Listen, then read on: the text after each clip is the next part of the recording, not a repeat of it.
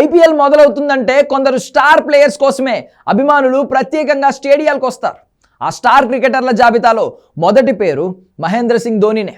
Chennai super కింగ్స్కు ఓ రేంజ్లో following రావడానికి ధోనీనే కారణం. కేవలం సిఎస్కేకు మాత్రమే కాదు, ఓవరాల్గా ఐపీఎల్ సక్సెస్లోనూ మహేంద్రుడికి భాగం ఉంటుంది.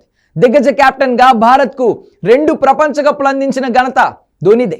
అంతర్జాతీయ క్రికెట్కు రిటైర్మెంట్ ప్రకటించిన తర్వాత ఏ ఆటగాడికైనా క్రేజ్ తగ్గుతూ ఉంటుంది, కానీ ధోనీ క్రేజ్ ఏమాత్రం తగ్గలేదు.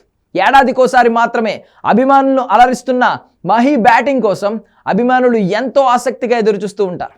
ఒక జట్టు ప్రాక్టీస్ చేస్తున్నా కూడా స్టేడియం హౌస్ఫుల్ అయ్యిందంటే అక్కడ ధోనీ ఉన్నాడని అర్థం.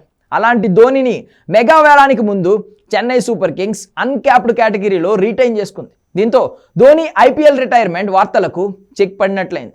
ఇక మిగిలిందల్లా ధోనీ ఏ స్థానంలో బ్యాటింగ్కి వస్తాడనేది. ఇంపాక్ట్ ప్లేయర్గా వస్తాడా అంటూ చర్చ కూడా జరుగుతోంది. ఇవన్నీ పక్కన పెడితే తన బ్యాటింగ్కు మరింత పదును పెట్టే పనిలో బిజీగా ఉన్నాడు ధోనీ.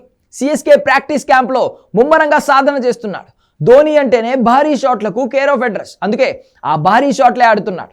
ఫినిషర్ పాత్రను పోషించే మహి ముఖ్యంగా 6లు కొట్టడంపైనే దృష్టి సారించాడు. తాజాగా ఐపీఎల్ 2025కి సీజన్ ఆరంభానికి ముందు ధోనీ 6లు బాదుతున్న వీడియో సోషల్ మీడియాలో వైరల్గా మారింది. ఓ బౌలర్ వేసిన షార్ట్ పిచ్ బంతిని మహి అమాంతం స్టాండ్స్లోకి పంపించాడు.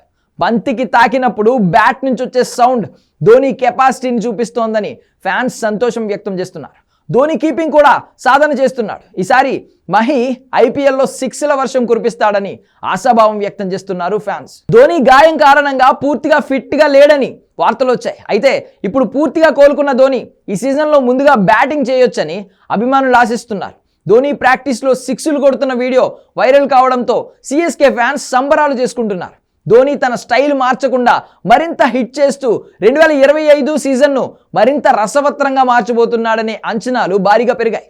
ధోనీ బ్యాటింగ్, కీపింగ్ ప్రాక్టీస్ మాత్రమే కాదు, కుర్రాళ్లకు అవసరమైన సలహాలు, సూచనలు కూడా ఇస్తున్నాడు.